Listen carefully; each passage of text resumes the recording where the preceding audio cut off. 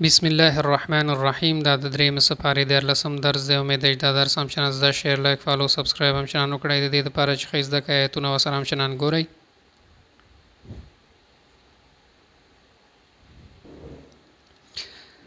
فناظرة نو مهلت ورکول پکار دي.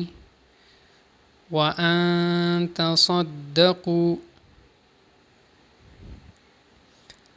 او کچیرې صدقه وکړئ. اذا تداینتم بدین هر کله چې معامله کوئ د یو بل سره د قرض. الى اجل مسمى تر نیټې مقررې پورې. فاکتبوه نو ولیکئ هغه.